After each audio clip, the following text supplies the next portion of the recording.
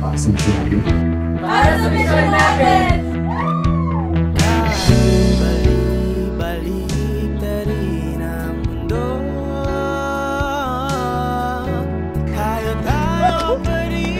Okay. Speaking of content.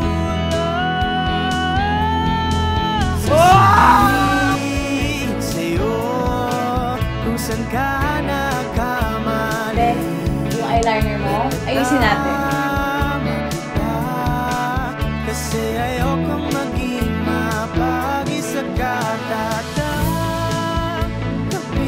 pa rin kita kahit anong mangyari.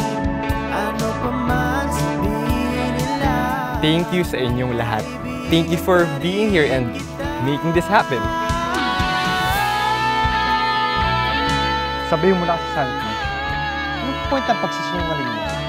Para hindi ka namin kawaan? Ha? O dahil ayaw mo kami masaktan? I'm sick! I'm dying, okay? Go viral!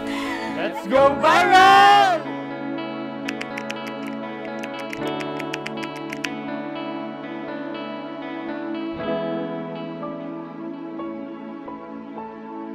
Pero the big question is, paano nga ba sumikat?